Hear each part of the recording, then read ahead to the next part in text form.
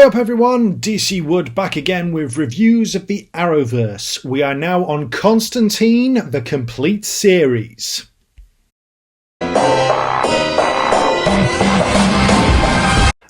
Constantine premiered on NBC in the US on 24th of October 2014. The show lasted 13 episodes, with the series' final episode airing on 13th of February 2015. Despite Constantine averaging well over 3 million viewers a week and earning a cult fan base, the show was sadly and prematurely cancelled on 8th of May 2015 due to the ratings failing to meet NBC's standards. The character of John Constantine and his history in the show was subsequently integrated into the Arrowverse in Arrow Season 4 in the crossover episode Haunted. Constantine would again reappear in Legends of Tomorrow Season 3 before becoming a permanent member of the Legends in Season 4 onwards. When this drama horror show starts, we find John Constantine, played by Matt Ryan. John is a demon hunter, occult detective who deals with the supernatural.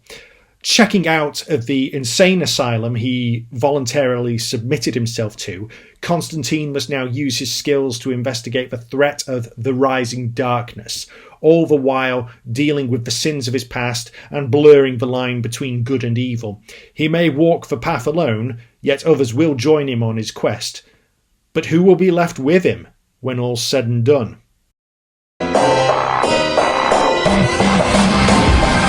In my original rankings for all these seasons, I'd placed Constantine 9th overall, and it was very difficult to place because whilst the show was so good, it ended on a cliffhanger which was never ever resolved. I'll discuss more of that later. Right away, Constantine is a visually stunning show. The tone of it is truly dark horror, very gothic, very supernatural, and really atmospheric. I'm not normally a horror fan, being honest, but the prosthetics, the special effects, the presentation, the storytelling, it's all absolutely fantastic in Constantine. And there are so many great supernatural threats that John Constantine has to deal with week after week. All the while, you get a deep, dark insight into John Constantine, all the good, bad and ugly that comes with it.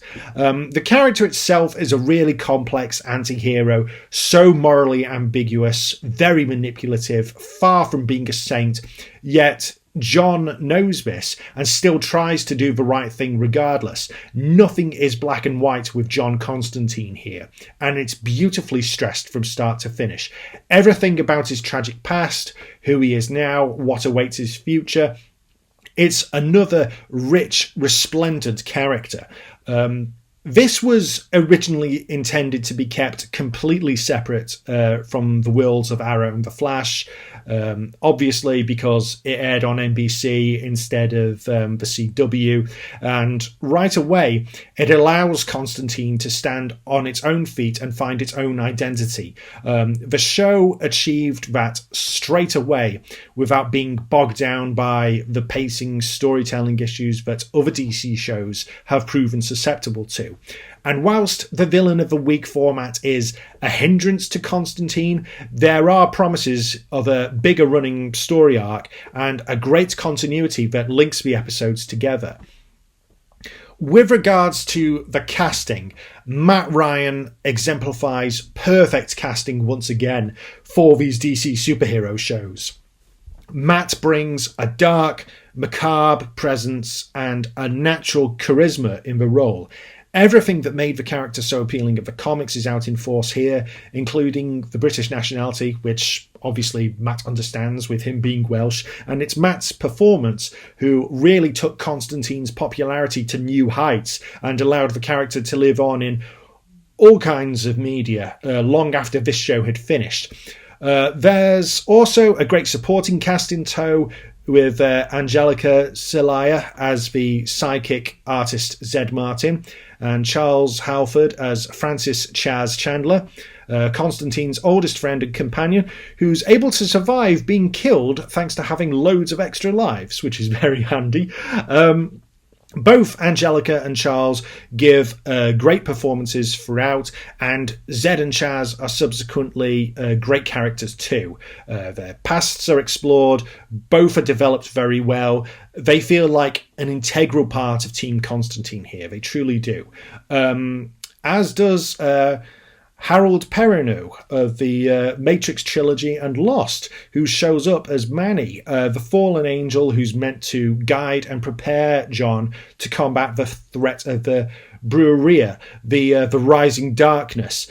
And then in the final episode, it's revealed that Manny is actually the boss of the Brujeria. He's manipulating Constantine and the events in the series, getting ready to unleash hell on Earth. Harold is on form here in the role of Manny, being a smooth, manipulative charmer, and when you realise he's the main baddie, you're genuinely shocked. There are other great villains here as well, such as Voodoo Priest, crime boss Papa Midnight, Michael James Shaw, who shows up in several episodes and is a fantastic rival to John Constantine.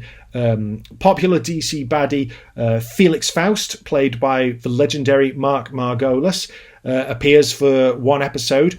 And the consistency overall is fantastic. This is a really enthralling show. Non-Est Asylum is a terrific pilot to kick things off, and episodes like Feast of Friends and The Saint of Last Resort's two-parter are absolutely essential. Overall, the quality and consistency of Constantine's only season is amazing. Frankly, it's on par with the first two seasons of Arrow and the Flash.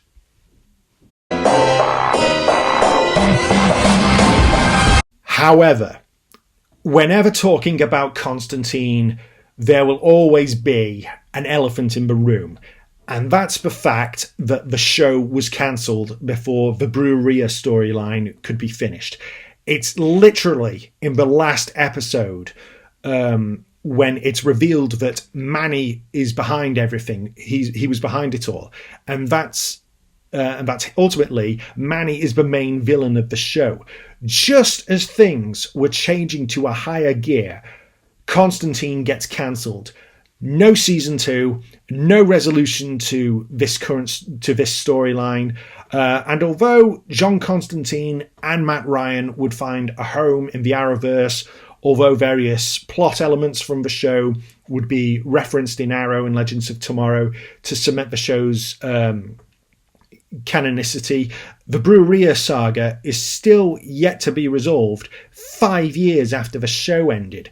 We still don't know for certain exactly what happened to Manny. We don't know what happened to Zed and Chaz, although we can take good guesses. And although Astrologue and the Newcastle incident are still being explored today on television, particularly in Legends of Tomorrow, there are still crucial parts of John's story we may never get a resolution to, and that is really, really annoying. Subsequently, it does make you look back on Constantine and question it. What if they'd moved on from the Villain of the Week format sooner and tried tying up all the loose ends before the cancellation came? What if they'd paced things better than they did? The cliffhanger really does leave such a blemish here. Then there's the way the supporting cast are used. Unlike Arrow, The Flash or Supergirl, you won't see the team all together every episode in Constantine. Sometimes Zed isn't there, sometimes Chaz isn't there. Their absences are explained by a throwaway line, which perplexed me. That lack of consistency really did perplex me. Lucy Griffiths of BBC's Robin Hood fame, she also appeared in Non-Est Asylum as Liv Aberdeen, who was originally intended as a companion for John, originally intended as to be one of the team, but after being introduced, her character gets written out in the first episode. Now, I'll admit that Lucy didn't give as great a performance as the rest of the cast here, but for her to be written out at the last moment is just bizarre. It denied Lucy another opportunity to improve in the role of Liv. There's no solidarity with Teen Constantine here, and that grates at me. Also, Constantine is a show that's wildly different than its Arrowverse counterparts. It's not only the darkest DC superhero show I've seen, it's the most violent and it's full of horror, which means it'll only appeal to that particular demographic. All the different Arrowverse shows have their own tones and flavours, I know, but this one is definitely for cultists and not for mainstream. Nevertheless, Constantine the Complete series is definitely great. Despite its short run and annoying cliffhanger, the gothic supernatural atmosphere makes for a superb introduction into John Constantine's world. Whilst I'm thankful the character and his story gets to live on, it's frustrating that the show got left behind.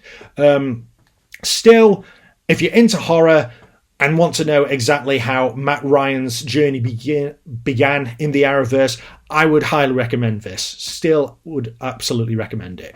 Overall rating, 8 out of 10. So, that's my review of Constantine the Complete series. What did you guys think?